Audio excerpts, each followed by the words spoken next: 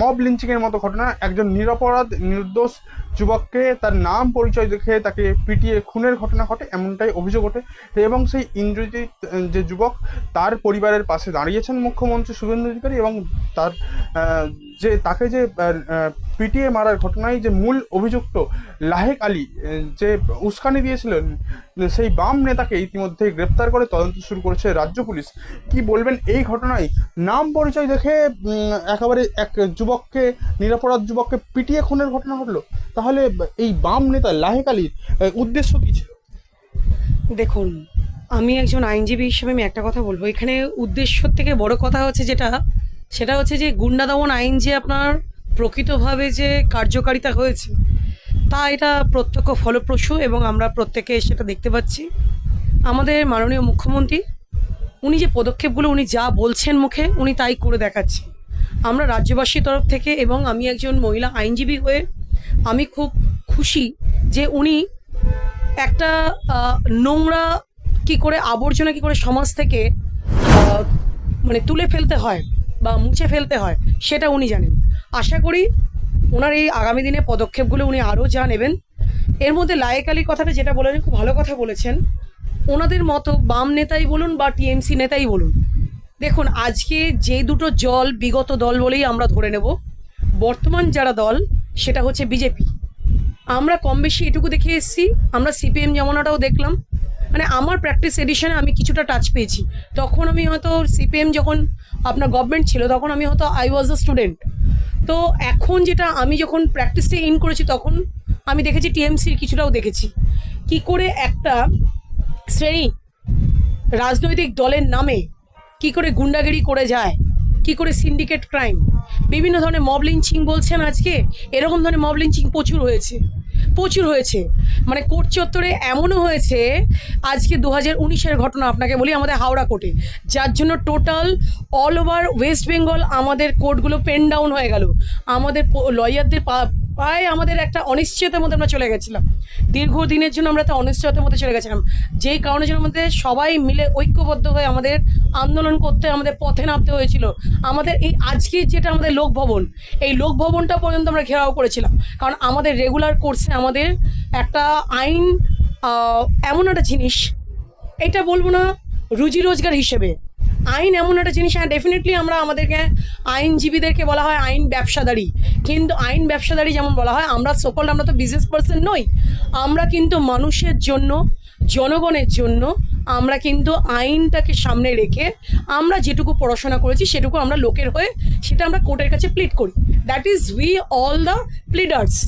তো এই ক্ষেত্রে আমি বলবো মব লিঞ্চিং একটা সত্যি নক্করজনক একটা ঘটনা, যেটা আমি লায়েক আলীকে কোনোভাবেই আমি ওর পক্ষপাতিত্ব করব না।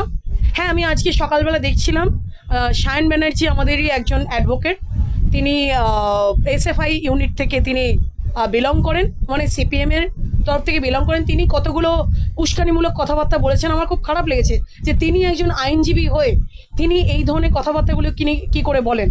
Even if not only then, open court চত্বরে কী করে শাসানি দেন একজন পুলিশ অফিসারকে, যখন তাকে বলা হচ্ছে, আর ওপেন বাইটও দিচ্ছেন অনেক সংবাদ মাধ্যমকে সামনে রেখে। আমি গতকালের নিউজ আপনাকে বলবো, রাত্রি 8:30 নিউজ, সেখানে সায়ন ব্যানার্জি বেশ কিছু কথা অযৌক্তিক বলেছেন, যেটা তার পেশাদারির সাথে তার যায় না। এটা আমার ব্যক্তিগতভাবে মনে হয়, কেন যে তিনি এইগুলো করছেন আমি জানি না, তার ব্যক্তিগত চিন্তাভাবনা। হয়তো লায়েক আলী তাদের মানে দলীয় নেতা বলে তাই তাকে সাপোর্ট করতে হবে, একটা দল বল নির্বিশেষে একটা মানুষ চলে। এই যে লাহেক আলীর বিরুদ্ধে যে অভিযোগ তোলা হচ্ছে, মুখ্যমন্ত্রী শুভেন্দু অধিকারী যেটা সরাসরি বলছেন যে তার তিনি যেভাবে উস্কানি দিয়েছিলেন, যে নির্দোষ নিরপরাধ জেনেও ইন্দ্রজিৎ যুবক, ওই যে যুবকটাকে পিটিয়ে খুন করা হলো, তার নাম পরিচয় বা ধর্মীয় পরিচয় জেনে তাকে পিটিয়ে মারা হলো, তাহলে কোথাও কি জঙ্গিদের সঙ্গে লাহেক আলীর কোনো তুলনা বা কোথাও একটা পার্থক্য কি রইল? দেখুন, এখন হতে পারে, কোনো পার্থক্য কি আছে? দেখুন, এখানে পার্থক্য বলতে একটা কি বলুন তো, লায়েক আলী হচ্ছে একটা দলীয় নেতা হিসেবে সিম্বলিক, সেক্ষেত্রে তার সাথে কার কানেকশন আছে কি নেই সেটা আমরা ব্যক্তিগতভাবে কেউই অত স্ক্রুটিনাইজ করে রেগুলার লাইফে। যদি কানেকশন চাইছি না, কিন্তু যেভাবে এই ধরনটা ধর্মীয় পরিচয় বা নাম পরিচয় জেনে তাকে পিটিয়ে খুনের ঘটনা ঘটলো, সেই দিক থেকে যে আমরা কাশ্মীরে বিগত দিনে দেখেছি অপারেশন সিঁদুর যে ঘটনা ঘটলো, তার আগে যে যেভাবে হিন্দু ধর্মীয় পরিচয় জেনে তাদের জঙ্গিরা পিটিয়ে গুলি করে খুন করেছিল, নৃশংস ঘটনা ঘটিয়েছিল, ঠিক সেই ধরনের কি ইঙ্গিত দিচ্ছে না? আমার তো মনে হয় দেখুন, এটা মানে পক্ষ বলবো না বা বিপক্ষে বলবো না, এইটা আমার মনে হয় যেটা লায়েক আলী যেটা করলো, এটা একটা খুব ভয়ার্থ বিষয়। কিন্তু কারণ আগামী দিনে আমাদের হিন্দু সমাজের দিকেও কিন্তু একটা রিমার্ক করছে যে হিন্দু কোনো ছেলে মেয়ে, যেমন আমরা বিভিন্ন স্থানে এখনো পর্যন্ত আমাদের হিন্দুদের জন্য কিছু কিছু স্থান আমাদের রেস্ট্রিক্টেড আছে। যেমন আপনি একটু আগে বললেন কাশ্মীর, সত্যিই খুব ভয়ার্থ জায়গা। এমন কিছু কিছু জায়গা যদি আজকে এটা যদি কলকাতাকেও যদি কেন্দ্র করে যদি এরকম ধরনের ঘটনা ঘটতে দেয়, দেখা গেলো হিন্দু নাম পেলো মানে তাকে মেরে দাও, ওপেন স্পট করে দাও, তাকে তার নাম নিশানাও রেখে দাও, একদম ঠিক হতেই পারে। এটা কোনোভাবে আগামী দিনে আমাদের ভেবে দেখতে হবে, এবং আমি বলবো আমাদের গভর্নমেন্টকেও সেইভাবে সতর্কবার্তা রাখতে হবে। কারণ চারিদিকে হতেই পারে মুসলিমদের এটা মনে হতেই পারে যে যেহেতু এয়ারপোর্টের মসজিদ ভাঙা নিয়ে একটা নির্দেশ জারি হয়েছে, আদপেও কিন্তু এই নির্দেশ দিনটা কিন্তু আজকের নয়, এটা কিন্তু সিদ্দিকুল্লাহ চৌধুরী যে কথাটা বলেছেন এটা কিন্তু বহুদিন আগে। কারণ কেন এই যে জিনিসটা যেটা ঘটছে, হয়তো তারা মনে করতেই পারে, একটা শ্রেণী, একটা মানুষ, একটা দলীয় ব্যক্তি, তারা মনে করতেই পারে যে না আমাদের সাম্প্রদায়িক নীতিতে ব্যাঘাত ঘটছে। আদপেও কিন্তু আমাদের সরকার কোনো সাম্প্রদায়িক, দেখুন না আপনি এই যে মানে আপনার এই যে গোমাংস কাটা নিয়ে যে কথাটা হয়েছিল, আদপেও কি এই ওদের যে ঈদ উল ফিতর যেটা হয় সেটাতে কোনোভাবে কি ওদের দিক থেকে কোনো প্রবলেম হচ্ছে? কোনো প্রবলেম হয়, বরং উল্টে একটা শিষ্টাচার, একটা নীতি অনুযায়ী বারবারন্ত যেটা হতো কি একটা নোংরা নীতিতে তারা পালন করতেন, সেটা একটা ধর্মীয় কালচার যেটা আছে কোরআন অনুযায়ী, যেটা ওদের ইসলামিক ধর্ম অনুযায়ী, সারিয়াত আইন অনুযায়ী যেটা আছে সেই অনুযায়ী মেনে চলেছে। তাতে আমাদের গভর্নমেন্ট কিন্তু যথেষ্ট সুন্দর তাদের পরিকাঠামো ব্যবস্থা দিয়েছেন, আমাদের ব্রিগেডের মাঠ তাকে দিয়ে দিয়েছে। কিন্তু এখন বর্তমানে আমি বলবো এটা একটা এমন একটা হীনমন্যতা মনস্ক পরিপূর্ণ একটা কাজ, যেখানে একটা হিন্দু ছেলে সেই ইন্দ্রজিতের এরকম ধরনের একটা ভয়ার্থ ঘটনা আগামী দিনে সত্যিই আমাদের ভাবাচ্ছে যে আমাদের হিন্দু সামাজিকের ক্ষেত্রে কিন্তু একটা পরবর্তীকালে একটা বড় আঁচ আসতে পারে, ধর্মীয় একটা গন্ডগোল ঘটনা ঘটলেও ঘটতে পারে, এটা আমার চিন্তা ভাবনা মনে হয়। তাহলে কোথাও কি একটা রিলিজিয়াস থ্রেট হতেও পারে, কারণ এটা একটা জাস্ট শুরু, এটা একটা সূত্রপাত মনে হতে পারে। কারণ কেন আগামী দিনে যেহেতু গভর্নমেন্ট আমাদের এত স্ট্রংভাবে ডিসিশন নিচ্ছে, আমাদের দেখুন গভর্নমেন্ট কিন্তু কোনো সাম্প্রদায়িক সম্পত্তিতে কিন্তু বিশ্বাসী নয়।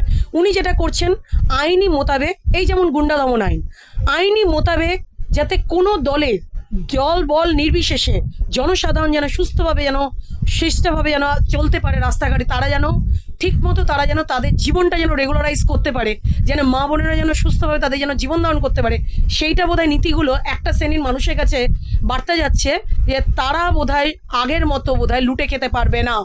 এই লুটে খাওয়া নীতিটা বোধহয় বন্ধ হয়ে যাবে, আর এই লুটে খাওয়া নীতিটা বন্ধ হয়ে গেলে অনেকের অনেক কিছু স্বার্থে আঘাত লাগতে পারে, যার জন্য তারা তাদের রং এখন দেখাচ্ছে। যেহেতু এখন এই গভর্নমেন্টের জামানায় যেহেতু একটা আমি বলবো এখানে একটা কালার্ড বেস ওরা করতে চাইছে, কারণ কেন তারা একটা ধর্ম বিলং করে, তারা ভাবছে হীনমন্যতার মানসিকতা দেখাচ্ছে, সস্তা মানসিকতার মানুষ, তাই সস্তা মনোভেদ, আর তাই ভাবছে কি আজকে ছোট এরকম একটা ক্রাইম তাদের কাছে মনে হচ্ছে। কারণ আমি সায়ন ব্যানার্জি আমি স্ট্যান্ড হয়ে গেলাম তার কথাবার্তা দিয়ে, তারা ভাবছে এটাকে একটা ছোট ইস্যু, এইগুলো হতেই পারে। লায়কা নাকি তাদের একটা বিশাল একটা মাথা, সে নাকি কোনো অন্যায় করতে পারে না, কিন্তু তাকে দেখে বিগত যদি তার কেস রেকর্ড ঘাটেন, তার দেখবেন পাশিস্তিতে বেশ কয়েকটা এফআইআর তার এগেনস্টে রুজু হয়ে রয়েছে। তাহলে আমার ব্যক্তিগত চিন্তাভাবনা যদি বলেন, এটা সত্যি ভাবনার বিষয় আমাদের, অন্তত সনাতনী ধর্মের ক্ষেত্রে। হ্যাঁ, আমি আজকে বলবো ধর্ম, কারণ কেন ধর্মযুদ্ধ লেগেছে, চারিদিকে ধর্মযুদ্ধ লাগতে শুরু করেছে, আমার মনে হয় এটা কিন্তু ওরা একটা খুব বাজে দিকে যাচ্ছে।